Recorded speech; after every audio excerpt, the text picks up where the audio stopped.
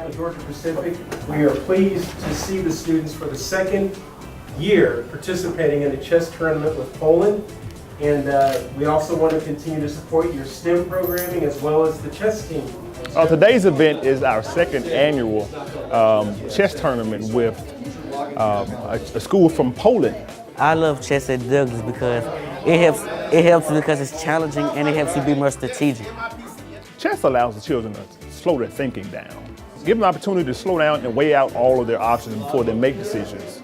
I have the opportunity to use chess to teach life lessons with children, especially children who are having a lot of behavior issues.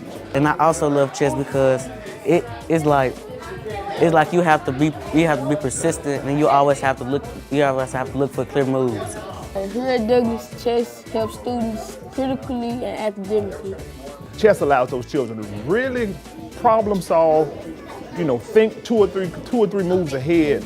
And ultimately, it starts reflecting inside of the classroom, especially about our math classroom. One thing we learned was the 4 ways to defense, and that's to protect, run away, block, or capture.